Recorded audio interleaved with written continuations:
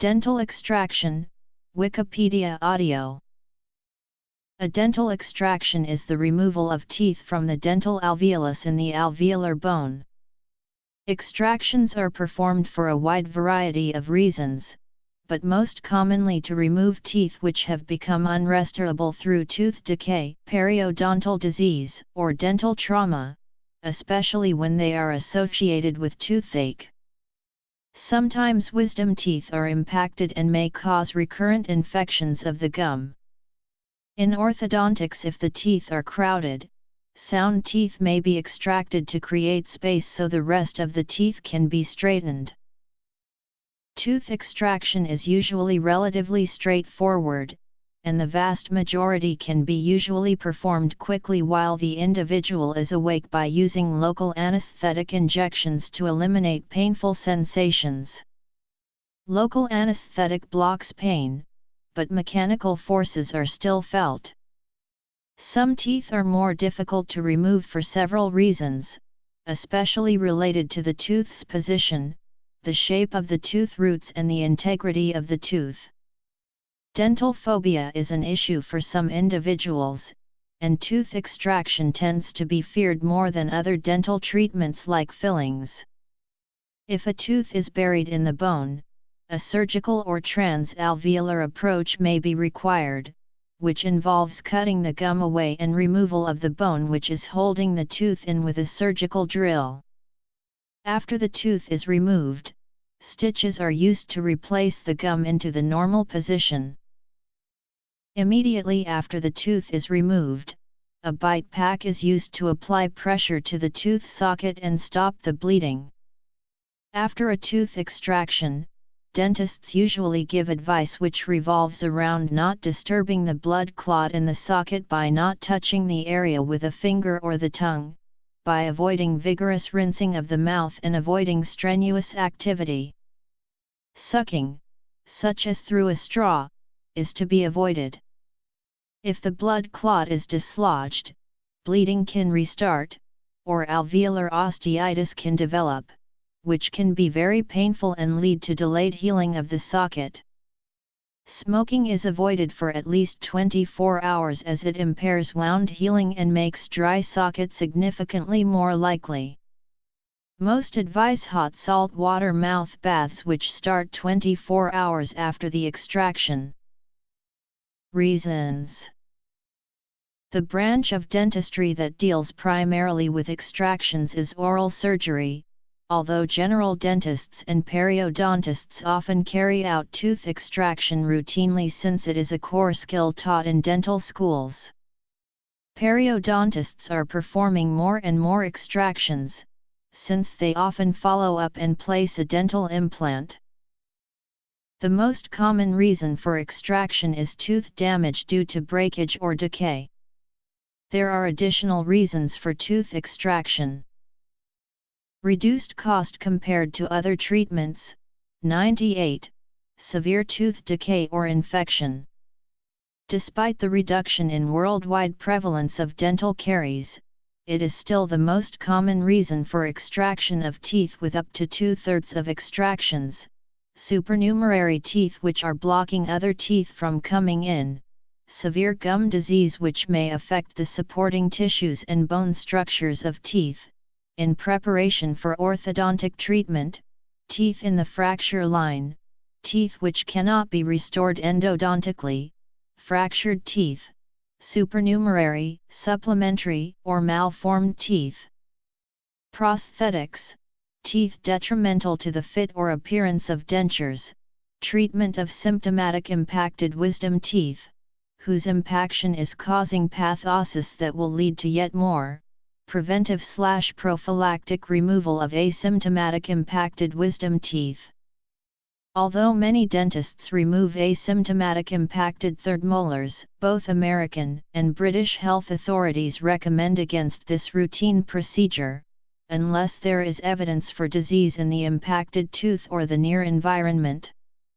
The American Public Health Association, for example, adopted a policy, opposition to prophylactic removal of third molars, because of the large number of injuries resulting from unnecessary extractions, cosmetic, to remove teeth of poor appearance, unsuitable for restoration, head and neck radiation therapy, to treat and/or manage tumors, may require extraction of teeth, either before or after radiation treatments, deliberate, medically unnecessary, extraction as a form of physical torture.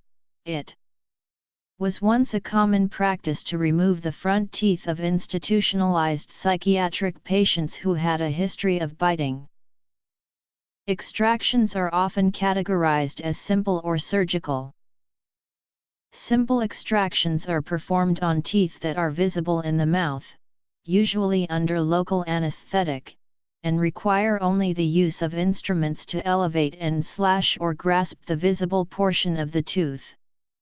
Typically the tooth is lifted using an elevator, and using dental forceps, rocked back and forth until the periodontal ligament has been sufficiently broken and the supporting alveolar bone has been adequately widened to make the tooth loose enough to remove. Typically, when teeth are removed with forceps, slow, steady pressure is applied with controlled force. Surgical extractions involve the removal of teeth that cannot be easily accessed, either because they have broken under the gum line or because they have not erupted fully. Surgical extractions almost always require an incision. In a surgical extraction, the doctor may elevate the soft tissues covering the tooth and bone and may also remove some of the overlying and/or surrounding jawbone tissue with a drill or osteotome. Frequently, the tooth may be split into multiple pieces to facilitate its removal. Surgical extractions are usually performed under a general anesthetic.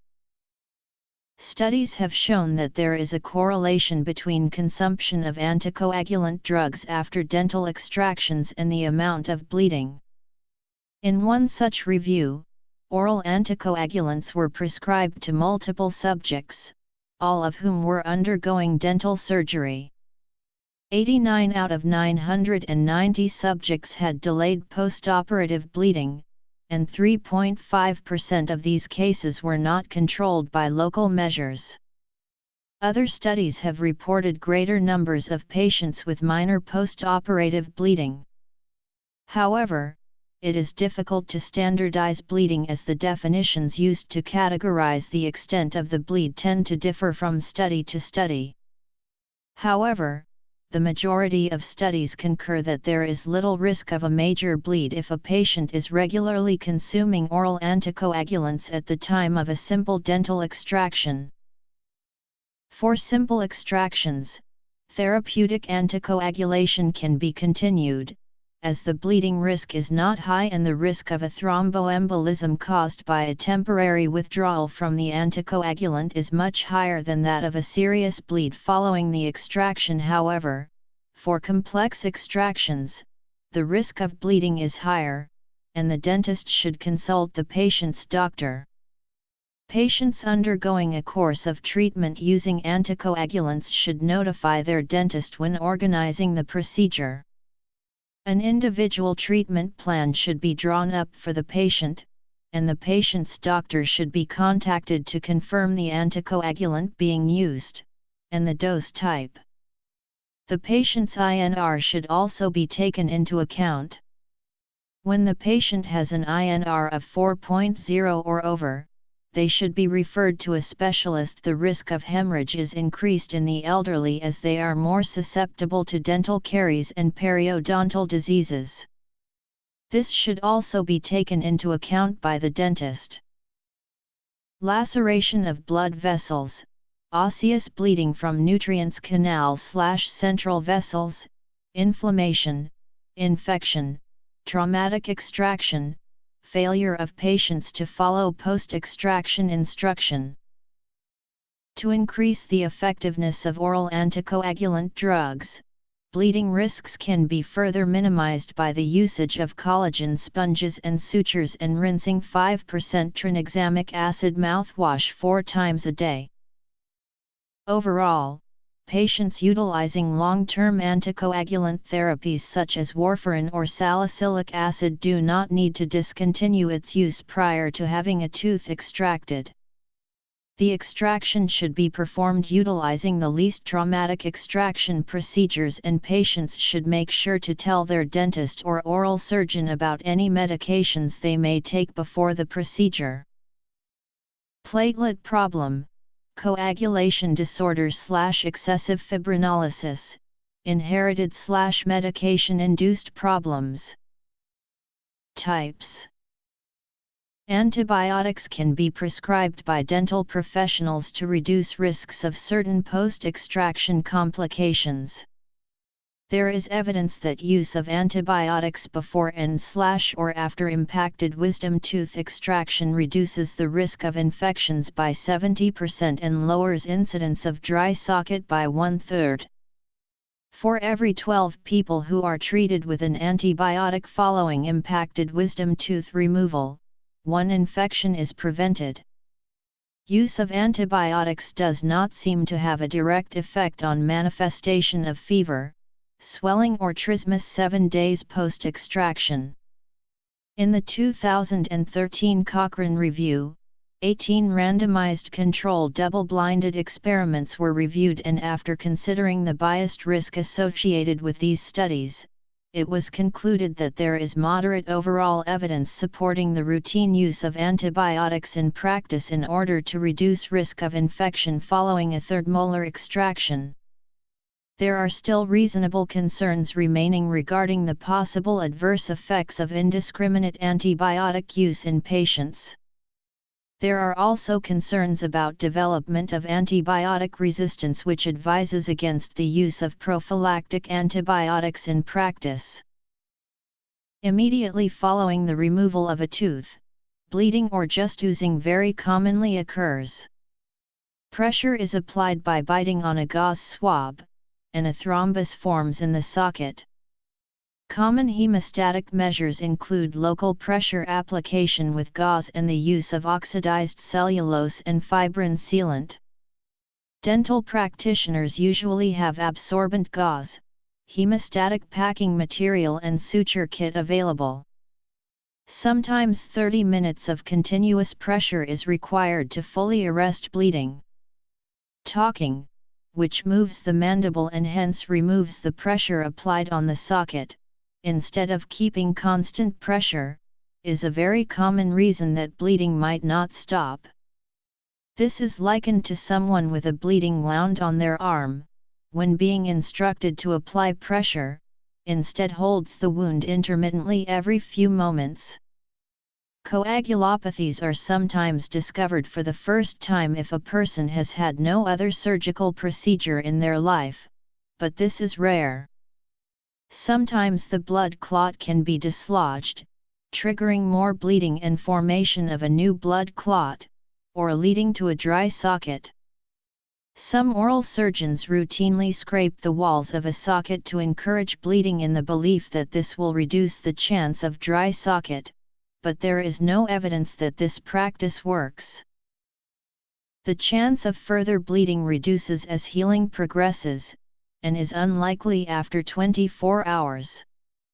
If the bleeding occurs beyond 8-12 hours, this situation is then referred as post-extraction bleeding.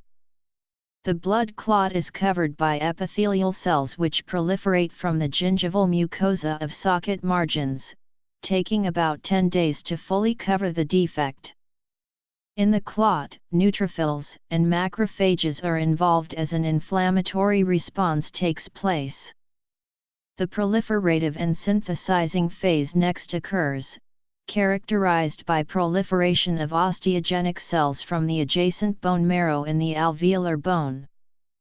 Bone formation starts after about 10 days from when the tooth was extracted. After 10-12 weeks, the outline of the socket is no longer apparent on an X-ray image. Bone remodeling as the alveolus adapts to the edentulous state occurs in the longer term as the alveolar process slowly resorbs. In maxillary posterior teeth, the degree of pneumatization of the maxillary sinus may also increase as the antral floor remodels. Post-extraction bleeding is bleeding that occurs 8–12 hours after tooth extraction. There are various factors that contribute to post-extraction bleeding. Local factors. Systemic factors. 1. Primary prolonged bleeding. Anticoagulant use. Antibiotic use. This type of bleeding occurs during/immediately after extraction because true hemostasis has not been achieved. It is usually controlled by conventional techniques such as applying pressure packs or hemostatic agents onto the wound. Surgical area, location of bleeding, size of wound, extent of bleeding, accessibility of bleeding site, time of bleeding. Post-extraction healing. Post-extraction bleeding. Type of bleeding. Interventions. Complications. 2. Reactionary bleeding. Involve suturing the bleeding site. Sutures will aid socket closure and help bring the gingival tissues together. Interrupted or horizontal mattress are both recommended. If bleeding is secondary to trauma to a blood vessel, the patient may need to be sent to hospital as large vessel may require ligation and smaller vessels cauterized. This type of bleeding starts 2 to 3 hours after tooth extraction as a result of cessation of vasoconstriction. Systemic intervention might be required. Involve the use of drugs, sealants, adhesives, absorbable agents, biologics, and combination of products. 3. Secondary bleeding. A resorbable hemostatic pack, such as oxidized cellulose or collagen sponge, in addition to suturing are recommended if the source of bleeding is from the bone within the socket. Assessing nerve injury risk. This type of bleeding usually begins 7 to 10 days post-extraction and is most likely due to infection destroying the blood clot or ulcerating local vessels. When dental practitioner is deciding on how to control post-extraction bleeding, many factors have to be taken into account. If on examining the patient, the blood pressure is below 100/60 and the heart rate is over a 100 bpm, a hypovolemic shock should be suspected and the patient should be sent to hospital for blood transfusion. Post-extraction bleeding interventions can be categorized into 2 main groups. Local interventions. Surgical interventions. Non-surgical hemostatic measures. Pain management. Combination of both. 2. Systemic interventions. Socket preservation. This is important for patients who have systemic cause for bleeding. Usually, local hemostatics do not work well on limiting their bleeding because they only result in temporary cessation of bleeding. Antibiotics can be prescribed to manage any bleeding associated with a spreading infection. There are specific factors that need to be accounted for when considering nerve injury after removal of mandibular third molars. Position of the molars is an important risk factor with regards to inferior alveolar nerve injuries. Horizontally impacted molars pose a higher risk of nerve injury, as the depth of the impacted molar is increased. Furthermore, the most important factor for inferior alveolar nerve injury prediction is the proximity of the root tips to the mandibular canal. Replacement options for missing teeth. History. Many drug therapies are available for pain management after third molar extractions including NSAIDs, APAP, and opioid formulations. Although each has its own pain-relieving efficacy, they also pose adverse effects. According to Dr. Paul A. Moore and Dr. Elliot V. Hirsch, ibuprofen-APAP combinations have the greatest efficacy in pain relief and reducing inflammation along with the fewest adverse effects. Taking either of these agents alone or in combination may be contraindicated in those who have certain medical conditions. For example, taking ibuprofen or any NSAID in conjunction with warfarin may not be appropriate. Also, prolonged use of ibuprofen or APAP has GI and cardiovascular risks. Socket preservation or alveolar ridge preservation is a procedure to reduce bone loss after tooth extraction to preserve the dental alveolus in the alveolar bone. At the time of extraction, a platelet-rich fibrin membrane containing bone growth-enhancing elements is placed in the wound, or a graft material or scaffold is placed in the socket of the extracted tooth. The socket is then directly closed with stitches or covered with a non-resorbable or resorbable membrane and sutured. Following dental extraction, a gap is left. The options to fill this gap are commonly recorded as bind, and the exact choice is agreed between dentist and patient based upon several factors. Historically, dental extractions have been used to treat a variety of illnesses. Before the discovery of antibiotics, chronic tooth infections were often linked to a variety of health problems, and therefore removal of a diseased tooth was a common treatment for various medical conditions. Instruments used for dental extractions date back several centuries. In the 14th century, Guy de Chauliac invented the dental pelican, which was used through the late 18th century. The pelican was replaced by the dental key, which, in turn, was replaced by modern forceps in the 20th century. As dental extractions can vary tremendously in difficulty, depending on the patient and the tooth, a wide variety of instruments exist to address specific situations. Rarely, tooth extraction was used as a method of torture, e.g. to obtain forced confessions. Until the early 20th century in Europe, dental extractions were often made by traveling dentists in town fairs. They sometimes had musicians with them playing loud enough to cover the cries of pain of the people having their teeth extracted.